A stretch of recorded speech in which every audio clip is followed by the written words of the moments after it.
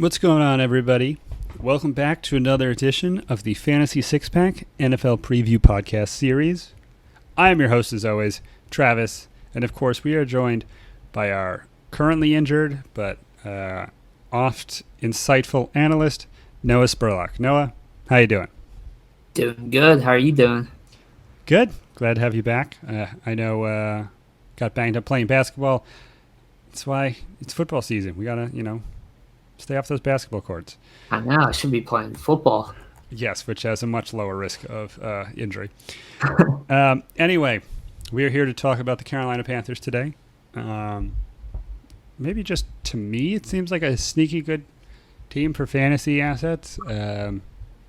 Maybe I'm out of the loop. Who knows? But I was pleasantly surprised by some of the stats some of these guys put up. But before we get into that, plugs. I was like, where are we going with this? Plugs. I am at The Real Travioli on Twitter. Noah is at? I am at Noah, Spurlock NFL. Yes. So go hit us up there. Ask us all the questions you can think of. We'll be happy to answer them. Also, please give our video a like. Please subscribe on YouTube. That way you can just be on the ground floor. You'll always know when new stuff is coming out from us.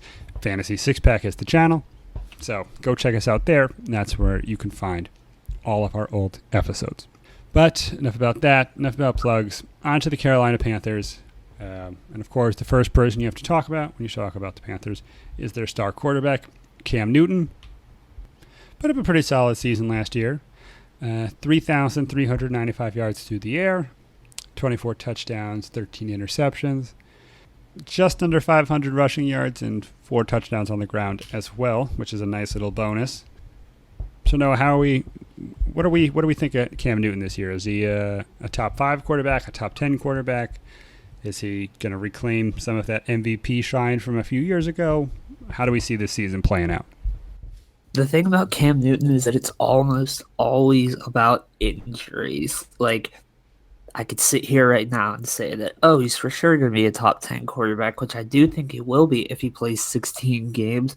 But Cam Newton playing 16 games, that's a lot to ask for. Just anytime you're on those big, bruising, running quarterbacks like Cam, it's really hard to go a full season without getting injured. So if he's healthy, I like him. I think the shoulder is finally healed, but that's a big if. So if you're drafting Cam Newton, you definitely got to pair him with a viable backup. Yeah, I feel like his running ability is both a huge benefit and somewhat of a hindrance because, like you said, he does get banged up, and that does not help anybody's fantasy team when he's not in there. 500 rushing yards, 4 touchdowns, it's pretty good, but if he had a full season and just performed at what he can, you could definitely see those numbers going up considerably. But the Panthers do also have some good options. Maybe they try to keep him in the pocket. If he lost those rushing stats, if he just sort of became a pocket passer, how much do you think that dings his fantasy stock? I mean, that would really hurt him. He relies on that running. Well, okay, then for all you fantasy owners who are drafting him this year, hope he doesn't stop running this year. It doesn't look like he will. He seems to genuinely enjoy it, so I think you're safe in that. But just always keep that in mind when you're picking him because at some point he's going to get tired of getting hit that much.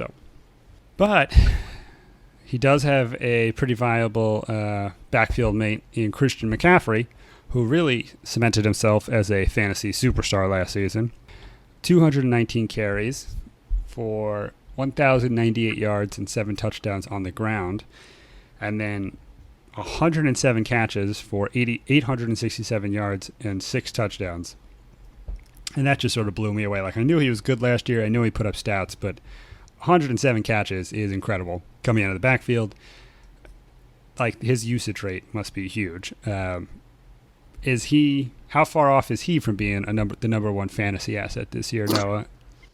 I'm not a huge fan of McCaffrey as the first overall pick, but he's not very far off. I mean, Panthers coaches have made it clear basically going into the second season now that they've just been like, CMC is our guy. We're going to be using him a lot. We're going to be rushing him a lot. We're going to be getting them some work out of the backfield a lot. They like him, and for good reason, obviously. I mean, those stats that you listed were awesome. But for me, I don't know if I trust him yet to use the first overall pick, but he's, like I said, not far behind. Definitely a top 6 pick in my mind. So he has cemented himself into, that fantasy elite. He just has, might have to go up a little bit more to become in the conversation for first overall. But like 107 catches from a running back, especially obviously PPR league, that's incredible. You're gonna get nothing but happy Sundays with him on your team. Yeah. And two things. One, it took me too long to realize that when people talked about CMC on Twitter, it was Christian McCaffrey. That really confused me for like 4 days. So yeah, that's embarrassing. But also, Christian McCaffrey has really exceeded sort of every expectation I had of him. I know he had like a breakout season at Stanford, 4 years ago, and he looks like he does when he put up that he got second in the Heisman 4 years ago. He looks that good in the NFL, and I did not think he'd be able to transition that well. So just with another off season under his belt, I mean, I feel like that guy's only going to get better. So I think that's a pretty solid first round pick. I know that's nothing, groundbreaking, but still. Yeah, I agree. Thank you, Noah. Thank you for co-signing. All right, on to the receiving core, which is a little weaker by comparison than the rest of the last two guys we talked about. They do have DJ Moore, 55 catches, 788 yards, and 2 touchdowns last season. Curtis Samuel's also in the mix, 39 catches, 494 yards, 5 touchdowns. And Chris Hogan, they brought in him from the Patriots, where he had 35 catches, 532 yards, and 3 touchdowns. He definitely had not the season a lot of people were hoping for him, or out of him last year. So maybe he finds some new life in Carolina. But Noah, do we like these guys? Are you high on them? Staying away? What are your thoughts? I'm a big fan of both DJ Moore and Curtis Samuel. Samuel especially. I mean, if you've been on Twitter, you've seen countless people raving about the training camp that Curtis Samuel has, and I never try to read too much into that stuff, but it's certainly worth noting when almost every single person in Carolina camp is like, just wow, Curtis Samuel is awesome this year. And we kind of saw some of that at the end of last season. I believe I saw a stat that towards the end of the season, he was on the field for like 80% of the offensive snaps. So hopefully he continues that, because that will lead to awesome fantasy production. And then DJ Moore is also very good. He was their first round pick, so obviously they're fans of his. They want to get him in the mix. And with Devin Funchess out, I think that both these guys are going to see more targets, and I think they'll make the most of these targets. And I think the best is yet to come for both of them. Like I said, I mean, I'm sure a lot of you guys remember watching them in college. They're not far removed from college. They're in their early 20s, both of them are. So they still have time to grow. Another NFL offseason will help them out a lot. And I like both these guys. Samuel especially, though. He's an awesome value pick in the 10th round. Well, the Panthers have been looking for that number one receiver basically since Steve Smith left. So hopefully Curtis Samuel could step up and become that, because that would be fantastic for Cam Newton's stock. I will also take the fact that you didn't mention Chris Hogan once, meaning you do not like him at all. Oh, yeah. No, I'm not a fan of Hogan. Let's talk about that. Sometimes what you don't say says more than what you do. I also am completely off the Chris Hogan bandwagon. I bought some stock last year, and it burned me almost immediately. And there's definitely been some video floating around about him being unable to find any separation during camp. So I think that might have just been sort of a fluke pop-up couple of games with the Patriots 2 years ago. But the other two guys, I'm with you. I like them both. And I think there is somewhat of they're not under the radar, obviously, but people don't really look at Carolina for receivers.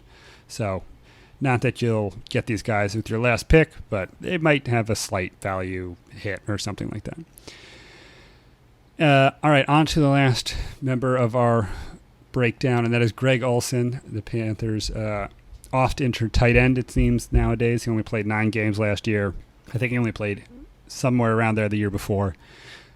27 catches, 291 yards, and 4 touchdowns last year, like I said, in 9 games. But he is back. So, Noah, are you buying in on this banged-up tight end, or are you looking elsewhere? I'm not a huge fan of Greg Olsen. There was news coming out recently that on his bye week, he's going to be doing some announcing. So I kind of think he's already got one foot out of the door. I'm not a fan. Okay, well, if he's already maybe possibly thinking about walking away, you might want to stay away. He was pretty solid when he did play last year, but he just I think he was dealing with a broken foot and he kept re-injuring it. Like his body's just taking a lot of hits. So I think if you do want to take Greg Olsen, just make sure you have a backup plan because there is a pretty strong chance he gets knocked out for some games. All right, well, yeah, that wraps up the Panthers. You know what I just realized? With the Saints, we didn't end with our usual question, and I'm now just thinking of it now. Oh, man, we didn't. I completely forgot about it. Yeah, we'll have to Noah will do it on Twitter, so go follow on Twitter. That's where we'll find it. But a good thing I remember now because I was ready to blow past it. All right, Panthers, one of these guys must be on your team this season. Who are you taking? I'm taking Curtis Samuel. I mean, I'm sure if you follow other fantasy analysts, you're hearing them say the same things I am. Curtis Samuel is a huge, big sleeper. I mean, I think he's really going to win some leagues this year. Yeah, I mean, it was interesting to see who you were going to take just since Christian McCaffrey is such like a fantasy stud. But I give you props for, taking sort of a value pick in the mid-rounds as opposed to the 5th overall pick in most drafts. So good job, Noah. And good job to me for remembering to ask that question. We're working the rust off. We're back. But that wraps up the Panthers. Be sure to check out our older episodes which feature that question, except for the Saints. So yeah, go back, listen to our backlog of episodes. There's tons of them. We're only, I think, at this point, there's only 6 teams left, so we're almost wrapping these up. So almost any team you have questions about, we've covered. So go check it out on YouTube and like and subscribe. Also, go hit us up on Twitter, where Noah will announce the one Saints player he must have on his team. And just for other good fantasy content, check out Fantasy Six Pack. So we got some good stuff over there. Anyway, that's all I got. I'm Travis. He's Noah. See you guys later. See ya.